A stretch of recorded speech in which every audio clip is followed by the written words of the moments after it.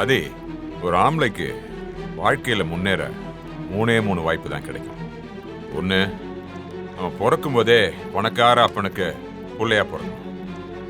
அப்படி இல்லையா, ரெண்டாவது அவன் சொந்த திறமையால உழைச்சு முன்னேறணும். இது நிறைய பேரால முடியாது. உழைக்கிறவன்லாம் கடைசி வரைக்கும் உழைச்சிக்கிட்டே தான் இருக்கானுங்க. மூணாவது ஒரு வழி இருக்கு. அவனுக்கு அமைய போற மனைவி நல்ல வசதியான இடமா இருந்தா அவனுக்கு வாய்ப்பு இருக்கு. அதாவது எனக்கு உங்க அக்கா கிடைச்ச மாதிரி. அதே மாமா, உன் விஷயத்துல உனக்கு அந்த மாதிரி பெரிய இடத்து பொண்ண என்னால பார்க்க முடியல.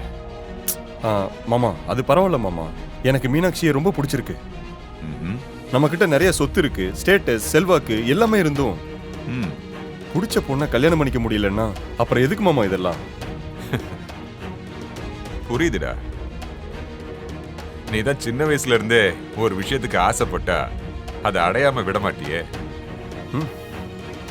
உன் சந்தோஷம் தான் எனக்கு முக்கியம். அந்த மீனாட்சியோட உனக்கு கண்டிப்பா கல்யாணம் நடக்கும். ஆனா அந்த ஜீவாவை நினைச்சாதான். அவனை பத்தி நீ எதையும் யோசிக்காத. அதான் நான் வந்துட்டேன்ல. இனிமே அவனை என்ன செய்யணுமோ நான் பாத்துக்கிறேன். இந்த கல்யாணத்துல எந்த தடையும் வராது. அது என் பொறுப்பு. ஓகே? தேங்க்ஸ் மாமா. சரி, அப்ப நான் கிளம்புறேன். சரி மாமா. அதே மற்ற வேலையெல்லாம் செய்யறதோட கொஞ்சம் ஆபீஸ் வேலையும் பாரு.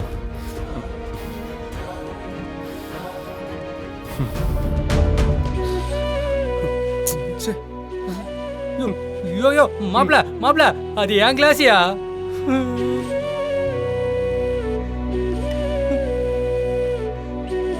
மீனாட்சிக்கு ஒரு நல்ல மாப்பிள்ளைய பார்த்துருந்தா கூட என் காதல் அப்படியே தோண்டி புதைச்சிட்டு போயிருப்பேன்.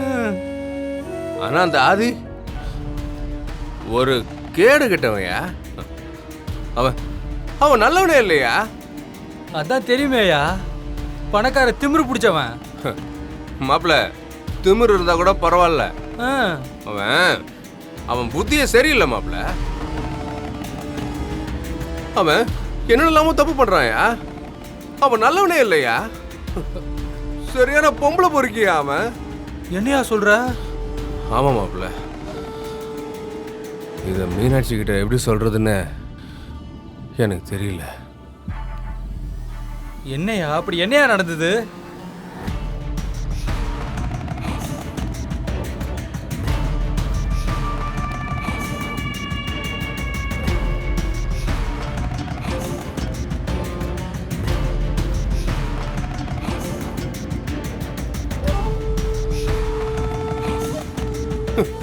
மீனாட்சிட்ட எப்படி சொல்றதுன்னு தெரியலையா? அதான் இங்க வந்து குடிச்சிட்டு இருக்க. இங்க பாரு மாப்பிள்ள, நீ இப்படி எங்க கிட்ட புலம்புறதுக்கு நேரா மீனாட்சி கிட்ட போய் விஷயத்த சொல்லிடலாம்ல. அவ எப்படி என்ன நம்புவா? அவனை பத்தி ஏதாவது நான் சொன்னா நான் பொறாமையில பேசுறேன்னு தப்பா நினைக்க மாட்டாளா? மாப்பிள்ள, அதுக்காக அப்படி ஒருத்தனுக்கு போய் நம்ம மீனாட்சியை கட்டி வைக்கிறதா? மீனாட்சி உனக்கு தயா சரியா வரும், நீ தயா கல்யாணம் பண்ணிக்கணும். ஆமாயா, நீ உன் லவ் சொல்லலனாலும் பரவாயில்லையா, ஆனா அந்த ஆதி கூட மட்டும் அந்த புள்ளைய கல்யாணம் பண்ணவே விடக்கூடாதியா. கரெக்ட் மாப்பிள்ள. ஆதியை கட்டிக்கிட்டா மீனாட்சி வாழ்க்கையை முடிஞ்சிருயா. ஆமாயா, அவனை கல்யாணம் பண்ணிக்க கூடாது மாப்பிள்ள. நான் என்னைக்கு விட மாட்டேன். என்னாலும் சரியா, இந்த கல்யாணத்தை நிறுத்தியே ஆகணும். மீனாட்சி கிட்ட அவனை பத்தி எல்லாத்தையும் நான் சொல்றேயா. தம்பி தம்பி நில்லுப்பா, நில்லு. இப்படி வா, இப்படி வா, இப்படி வா. யாருப்பா நீ? நீ பாட்டு உள்ள போற? இதே லேடிஸ் ஹாஸ்டல். நான் மட்டும் என்ன ஜென்ஸ் ஹாஸ்டல் நான் சொன்னேன்? லேடிஸ் ஹாஸ்டல் எங்களுக்கு தெரியும்ல. ஹலோ, எல்லாருக்கும் ஒரு பிள்ளைய பார்க்கணும். அப்படிலாம் போக முடியாதுப்பா. அதுவும் ராத்திரி நேரத்தில் வந்திருக்க. காலைல வந்து பாரு போ. நான் இப்போ உள்ள போலன்னா அந்த புள்ளையோட லைஃபே போயிருவியா. ஓ, என்னை உள்ள விடுயா. நில்லையா, நீ உள்ள போனா என் லைஃப் போயிடும். என்ன வேலையை விட்டே தூக்கிடுவாங்க. என்னடா யோ சூழ்நிலை புரியாம பேசாதயா. நீதான்ப்பா சூழ்நிலை புரியாம பேசுற. தண்ணிய வேற போட்டிருக்க. இதே வேலையா போச்சியா? பொம்பளை பிள்ளைங்க இருக்கிற ஹாஸ்டல்ல வந்து இப்படியா பிரச்சனை பண்றது? போயா முதல்ல. போயன்றத போயா. போறதுக்கு நான் வரலையா. விடுப்பா. இல்லையா, வந்தவொடனே பேசிட்டு போயிடுறேன். ஏய் ஜீவா, என்ன இது? வா மீனாட்சி வா. உன்னை தான் பார்க்கறதுக்காக வந்தேன். இந்த ஆள் விட மாட்டேங்கிறாரு. இப்ப ஏன் இங்க வந்த? உன்னை பார்க்க தான் வந்தேன். உன்கிட்ட ஒரு விஷயம் சொல்லணும். அத சொல்ல உனக்கு வேற நேரமே இல்லையா? எதுவா இருந்தாலும் காலையில வந்து சொல்லு ஜீவா. இப்ப கிளம்பு. இல்ல மீனாட்சி, நான் சொல்றது கொஞ்சம் பொறுமையா கேள. அந்த அந்த ஆதி சரியில்லை. அவன் கேரக்டரும் சரி கிடையாது. அவன் நல்லவனே இல்ல மீனாட்சி. சும்மா எதையாவது உளறிட்டு இருக்காத. ஏன் இங்க வந்து தேவையில்லாம சத்தம் போடுற? நான் உன்கிட்ட ஆதி எப்படின்னு கேட்டனா? நீ கேட்டதா நான் சொல்லணுமா? நீ கேட்கலன்னா நான் சொல்லக்கூடாதா? கண்ணுல தூசி விழுந்துச்சுன்னா கை கேட்டா போய் தொடங்குது. ஏய், அது மாதிரி தான் மீனாட்சி. சரி சொல்லிட்டல்ல, கிளம்பு. நான் சொல்றத கொஞ்சம் கேளு மீனாட்சி.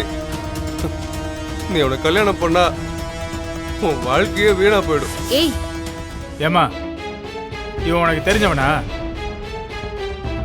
தண்ணி போட்டு வந்து கத்திட்டு இருக்காமா. குடிச்சிருக்கியா? அது மனசு சரியில்லை மீனாட்சி. உன் வாழ்க்கை என்ன ஆக போகுதுன்ற பயத்துல தான். நீ ஏன் என்கிட்ட வந்து ஆதியை பத்தி சொல்றேன்னு எனக்கு இப்பதான் புரியுது.